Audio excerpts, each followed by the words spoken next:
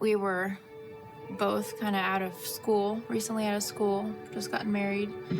And money was tight. We were building a business and money was really tight. Pastor was doing the healing series, and through that he was also talking about his story with things that he was overcoming, the anxiety and things like that, things that I was experiencing. We knew where they had been and we knew we could be there. So we just grabbed onto the word. We just picked up the books, read them and believed them and applied the word. I don't know, just we did it because I was sick and tired of being sick and tired. At the time I was pregnant with our third child, and I wanted a girl so bad. I wanted a girl, and we didn't know what we were having. I wanted a girl. The nurses said, oh my gosh, the heart rate's a girl's heart rate. I was carrying just like our daughter. In my heart, in my mind, it was a girl. My mom wanted another granddaughter. So we show up there. Awesome labor. I did not want to be induced, even though I was scheduled to be induced. I walked in, I was already progressing on my own. Out comes a boy. I was looking at him, crying because it was a miracle, but I wasn't connecting with him. I really wanted that girl. Satan took that opportunity to try and take him away from us. So it's 2 days later. Typically what happens is the second day you're in the hospital, you go to bed, you wake up the next morning, you do all the checkout stuff, and you go home. Well, so the next morning, the nurse comes in, which normally they have the child with them because he needs to eat, and she didn't have Ryan with her. And looked up, go, what's going on? Where's your son? She says, well, he decided to misbehave last night. Excuse me? What does that mean? Well, he stopped breathing last night.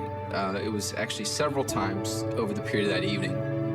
He had stopped breathing and they had to revive him. 7 times, And once in my arms. And I will over forget that. a 12, 18-hour period, 7 times he stopped breathing and they had to do CPR on him to revive him and bring him back. That's one thing that we love about Faith Life Church is someone has a testimony, they share it.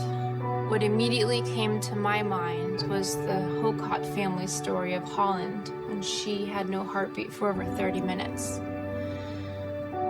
She was healed. My son can be healed. I had no more doubt in my mind. Standing on the word and having that testimony just completely confirmed that he was healed. I remember we called our friend who was part of the prayer team here at church, and we had her on speakerphone. We were just praying and, believing for God's promises and rebuking Satan. And we were not going to accept anything but God's best. And one of the nurses came into the room to escort us to the NICU, and she actually stopped at the door and waited there about 5 minutes until we were done praying. And when we hung up the phone, she said, okay, we ready to go now? We're kind of packing up our stuff in the room to go over to the NICU, and opened up my Bible to Psalm 91.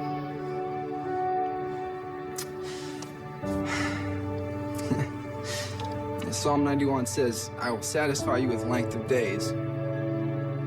It's a promise for me, that's a promise for my household. And so we believed that. We said, no, God has promised him length of days. And 2 days is not length of days. I said, yeah, we're ready. And so we went over to see him.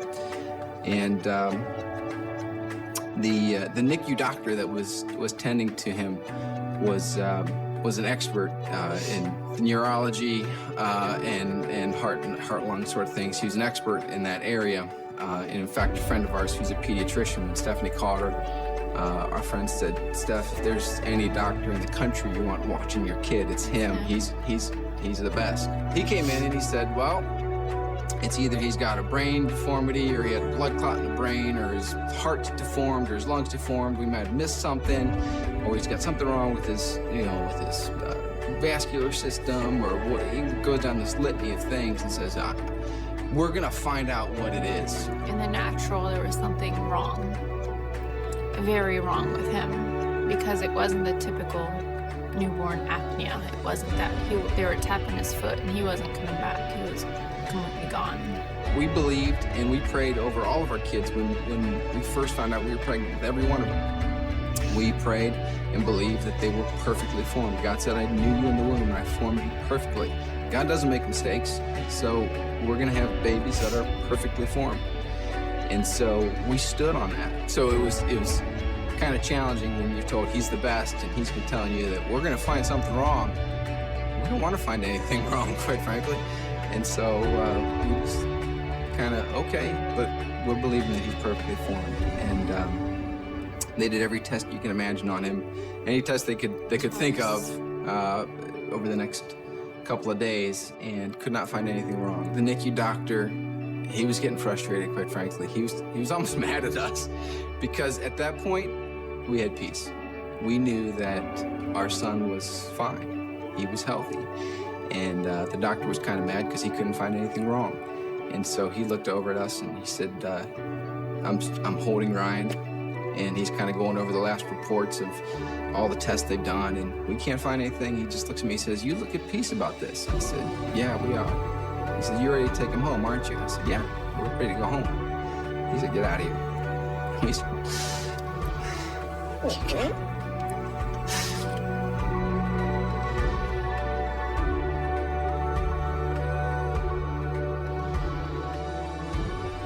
It's amazing how God was able to turn around such a negative experience into something amazingly positive.